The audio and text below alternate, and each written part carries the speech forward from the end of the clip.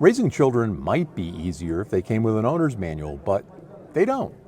How can plans help employee parents get on-demand answers to on-demand problems? We'll find out on this episode of ShiftShapers. Change either energizes or paralyzes. The choice is yours. This is the ShiftShapers podcast, bringing the employee benefits industry interviews with individuals and companies who are shaping the industry's shifts. And now, here's your host, David Saltzman.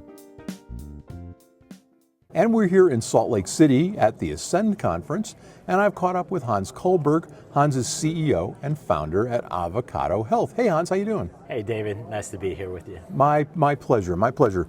So we always like to start out by asking, how did you end up doing what you're doing today? Because in this business, everybody's got an interesting story and it's rarely a straight line. So how did you get to be here?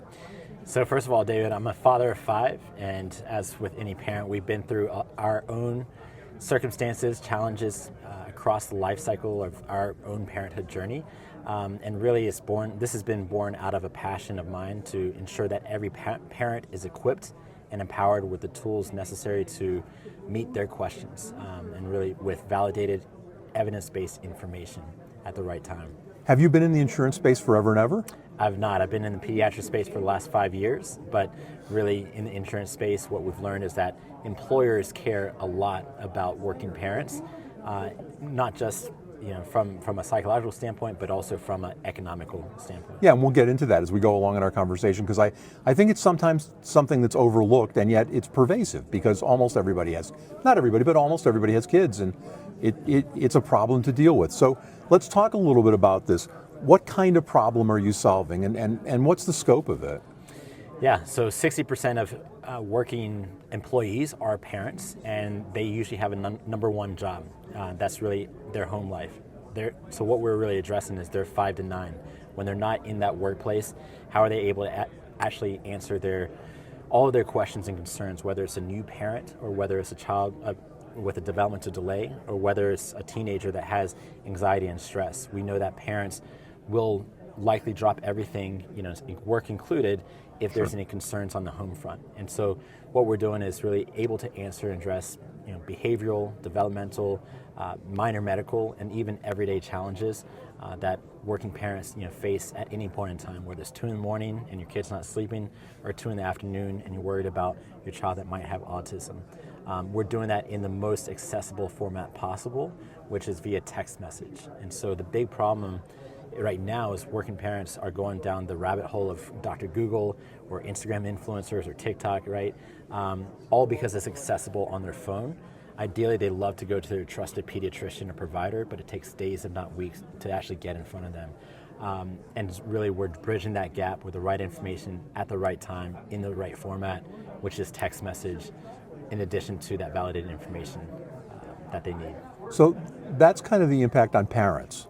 But let's talk about it from an employer's viewpoint, because most of our listeners are advisors. They're trying to bring really useful and meaningful solutions to employers who, by and large, are trying to find really great solutions for their employees. What kind of a toll does not having this information and having to deal with the children problems take on employers and their plans and their businesses? Yeah, so the biggest problem is really the productivity gap. And among those, there's 3 main ones: attrition, absenteeism, and presenteeism. Among those, presenteeism is the biggest one, where it costs employers on average $8,000 per employee every year. Lots of different factors go into that, but for working parents, whether it's being physically in the office, in the workplace, but maybe mentally absent. Mentally, they're checked out, they're somewhere else. Maybe they're sleep deprived, or maybe they're trying to search down the rabbit hole of Dr. Google, trying to get answers for their child. Presenteeism is a really huge $300 billion problem here in the U.S. That when we talk to people leaders, HR leaders, say this solution immediately addresses what we know. This is not a caregiving solution. It's not a teledoc solution. But what we are doing is really answering parents' questions that they really need to be answered. Other than that, it's also being able to kind of mitigate a lot of medical claims, a lot of high-cost claims that actually come through ER visits, urgent care visits, and also developmental delays. So from an employee standpoint, once an employer says, yes, this is something I want to add to my array of benefits for employees, do they get like an app? Do they just text someplace and say, hey, my kid's got this and that, and the next thing, what do I do? How does it work? So the user experience is like texting with your best friend, who's the most knowledgeable pediatrician, therapist, parent coach, and social worker that you know, right there on your phone. So part of the reason that text messaging is what you say is the most effective is because it's accessible to everybody and it's easy to use and pretty much everybody knows how to send a text message. Do you have to do any more education on the employee side? No, absolutely not. So text message, receives a 98% read rate, very high response rate as well.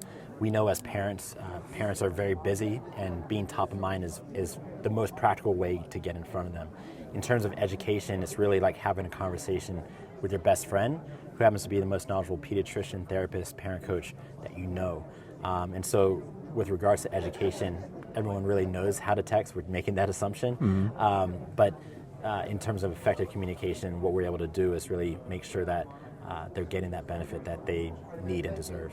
And one of the reasons that people like going to their friendly pediatrician is because of the empathy that they're able to provide.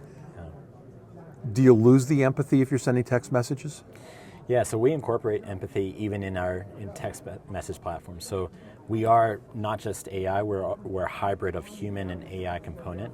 We lead with empathy. We think that's a very important part of understanding who the parent is, what problems that they actually have, and really addressing those concerns.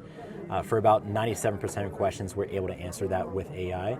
For that 3%, we'll actually come in with a human care advocate and let them know that, hey, we're on this case, we're going to help you solve and walk you through whatever challenge that you're facing. And then if you get to the point where it's something that the care advocate can't handle, do you mesh with the employer's plan and help them find a provider, or what's that next step? Yeah, absolutely. And one of the big things that we're doing with employers is really taking a look at their health plan and their benefits on their health stack and being able to increase adoption and awareness and also utilization of those existing benefits. So an example is if a mother has postpartum depression and we're able to pick up on that, we don't have providers that are looking at that from our side, but we're able to say, hey, did you know that your employer provides this mental health benefit? And you can go ahead and book an appointment by just clicking here. By that simple access of bringing that information that that member might have not known beforehand, increases in awareness and then utilization of even existing benefits, which is a huge thing when we talk to benefit directors. And now, a word from our sponsor. You're not just an advisor, you're a game changer. Forget cookie-cutter off-the-shelf solutions. That's yesterday's news. It's 2025, and it's all about delivering bold, custom-crafted plans that truly make a difference. At the core is a razor-sharp self-insured framework, but the real magic? That's in the high-impact point solutions you strategically layer in to slash costs and supercharge member outcomes. But let's be real, that's where the headaches start. Hours wasted sifting through endless options, wrestling with integration issues, and fighting data-sharing roadblocks. It's a time suck, and it's holding you back. Not anymore.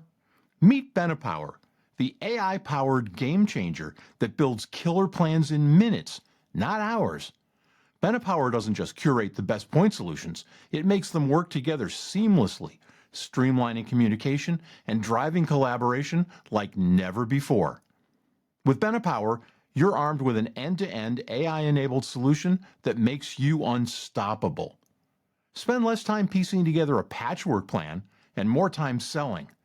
Your clients get unmatched ROI, and you become the go-to advisor that everyone's talking about. Want to take your game to the next level?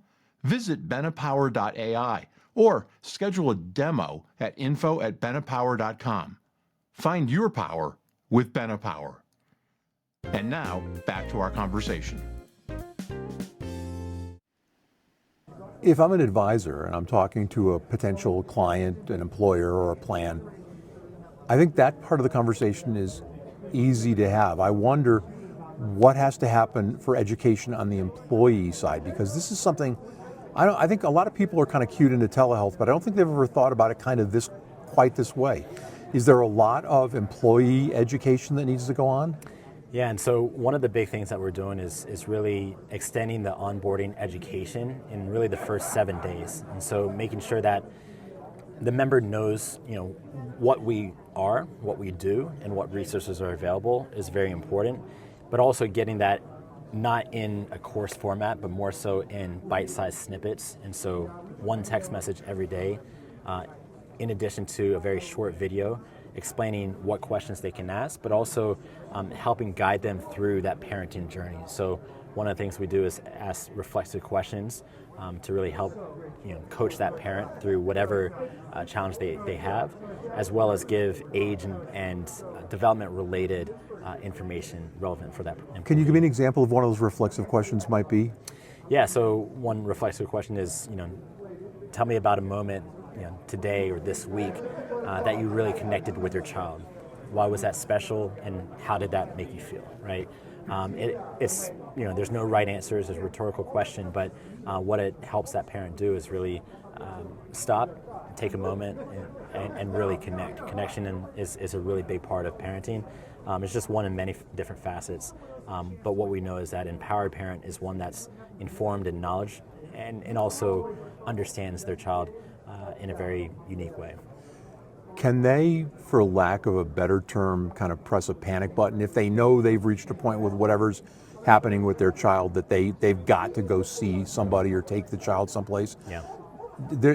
Everybody's looking to have friction removed from processes these days. Yeah. Do we create friction there, or do we remove that friction and give them a way to hit the eject button? Yeah, so certainly for any major crisis, critical emergent instance, we're going to redirect them and say, hey, call 911 and go to emergency room, because we have a threshold of situations that we can actually talk and address, but we know that there's a lot that's out of our scope. And so a very poignant example of that, we had a member who had their fifth child. They were 6 months old, and she was having wheezing and really difficulty coughing or even breathing. It seemed like a typical run-of-the-mill cold, but when they started asking Avo, they realized that this was a more urgent scenario, and the suggestion was go see your provider. One trip to the pediatrician, the realization was that it wasn't just a ear infection, but it was also RSV. RSV at that age can be even fatal. And so a couple medications of antibiotics and the baby is fine, good to go. And so that very small example was a way that it probably reduced or mitigated a hospitalization visit, a big medical bill for the employer, but also that time and stress for that parent. Is this generally only applied at the plan level, or is it a voluntary piece?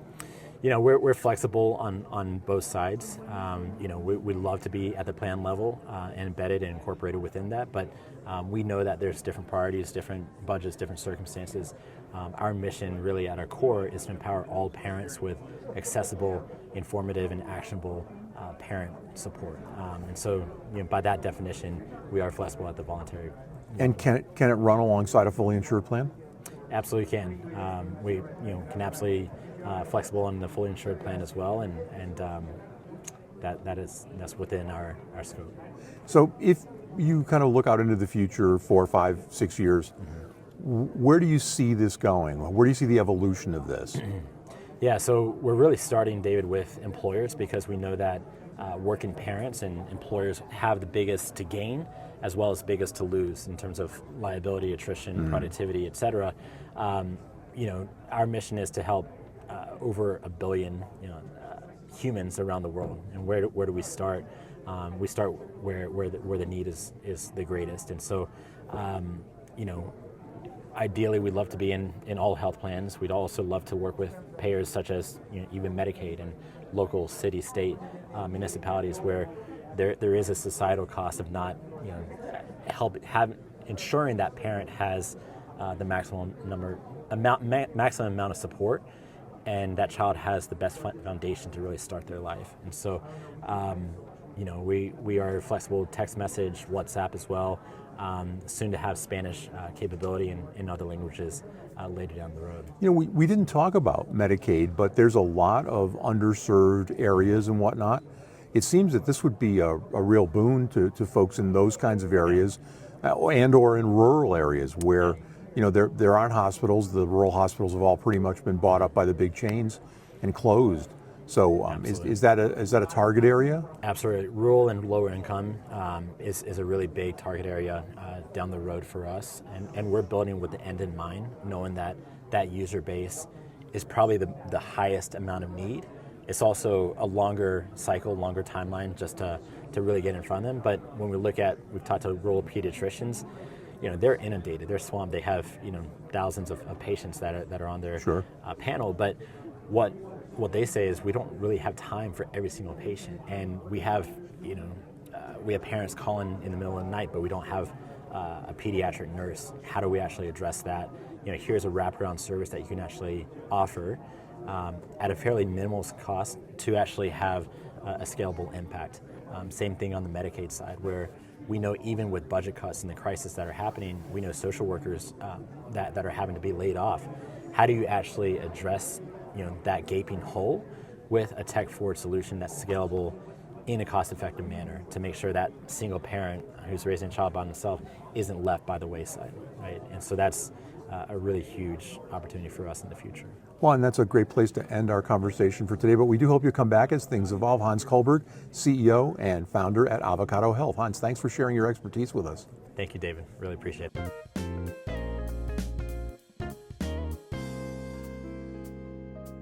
I want to give a quick shout out to our sponsor and our producer, Hatcher Media. Hey, if you need podcast production or professional graphic design, Josh Hatcher's the expert to contact. For more information, visit him at hatchermedia.net. That's HATCHER media.net. This ShiftShapers podcast is copyrighted content and may not be reproduced in whole or in part without the express written permission of ShiftShapers Solutions, LLC. Copyright 2024.